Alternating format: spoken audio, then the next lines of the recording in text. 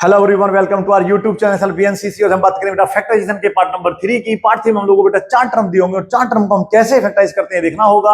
सबसे पहले ध्यान रखिए, सबसे आसान मेथड जो है पहले दो अलग और लास्ट के दो अलग कर लेते हैं। तो हमें देखना होगा कि पहले दो में क्या कॉमन है। तो आप देखिएगा पहले दो में आप कहेंगे सर एक्स कॉमन है, तो मैं यहां से एक्स बाहर ले लूंगा। तो एक्स इस तरीके से बाहर लूंगा, ब्रैकेट लगा के मेरे पास बचेगा अंदर ए प्लस बी। उसके बाद मैं चले जाऊंगा अगले दो टर्म के पास। उन दो टर्म में मुझे दिख रहा है सर वाई कॉमन है, तो मैं ऐसे प्लस का साइन लेके वाई बाहर लूंगा और ब्रैकेट लगा दूंगा। उसके बाद आप देखिएगा मेरे पास क्या बचेगा अंदर बेटा ए प्लस बी। और फिर मुझे ये चेक करना है कि ये जो पूरी फैमिली है, ये जो पूरी फैमिली है, इन दोनों में क्या कॉमन पार्ट नजर आ रहा है। तो आप देखेंगे बेटा ए प्लस बी दोनों में आ रहा होगा। तो आप पहले ए प्लस बी ले लेना और देखिएगा ये प्रोडक्ट में आ गया है और यहां पर आ जाएगा एक्स प्लस वाई।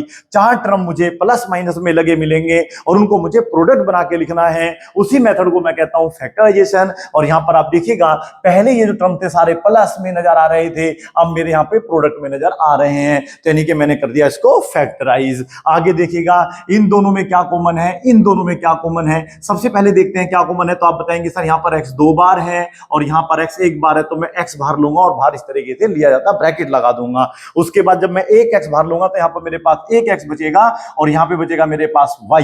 उसके बाद मुझे साइन देखना है, तो ये प्लस का साइन आएगा। उसके बाद दोनों में देखोगे तो आप 8 कॉमन है, तो मुझे 8 लेना होगा। उसके बाद देखो मेरे पास 8 को हटा दूंगा तो x प्लस वाई बचेगा। यही सबसे आसान तरीका है, ध्यान रखिएगा।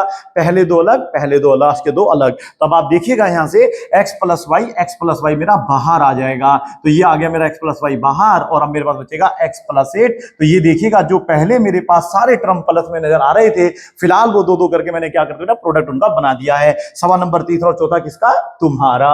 करके देख लेना, ठीक है। उसके बाद देखिएगा यहाँ पे हम देखेंगे कॉमन क्या है। इन दोनों में आप देखेंगे ए स्क्वायर आ रहा है, यहां पर भी ए आ रहा है, तो मैं ए पहले बाहर लूंगा, मेरे पास बचेगा ए प्लस 3। उसके बाद मैंने कहा अगर ये साइन प्लस का है तो प्लस का आएगा, माइनस का है तो माइनस का आएगा। बस जब हम प्लस का बाहर लेते हैं तो अंदर के साइन कभी चेंज नहीं करते हैं, लेकिन अगर हमने माइनस बाहर लिया होगा तो साइन चेंज हो जाएगा। ऊपर से आप देखिएगा 2 भी कॉमन हो रहा है, 2 बाहर ले लूंगा, तो जब मैं इसको 2 से डिवाइड करूंगा तो ए बचेगा और जब मैं इसको 2 से भाग करूंगा तो मेरे पास 3 बचेगा। प्लस कैसे हो गया फिर बता देता हूं आप लोगों को। जब माइनस बाहर लेते हैं तो ब्रैकेट के जब हम लगाएंगे तो साइन ये माइनस का होगा तो प्लस का हो जाएगा, प्लस का होगा तो माइनस का हो जाएगा। उसके बाद मुझे देखना है कि यहाँ पे कुछ कॉमन हो रहा है क्या। हाँ जी बिल्कुल कॉमन हो रहा है और ये दोनों सेम आने चाहिए।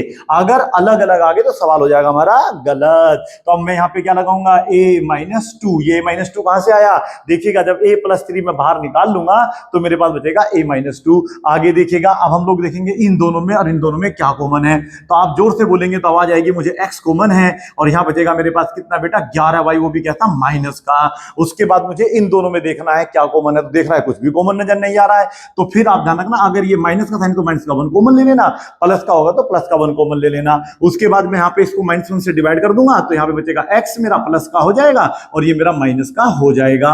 फिर मैं देखूंगा कि ये वाला जो मेरा ब्रैकेट है, ये वाला ब्रैकेट अलग अलग है सेम, तो आप कहेंगे सर सेम है, तो मैं यहाँ पे लिख दूंगा कि x माइनस 11y और यहाँ पर लिख दूंगा बेटा x माइनस 1। इसी प्रकार से आप सवाल नंबर 7वां और 8वां करेंगे। और सवाल देखते हैं अभी थोड़ी देर में बेटा।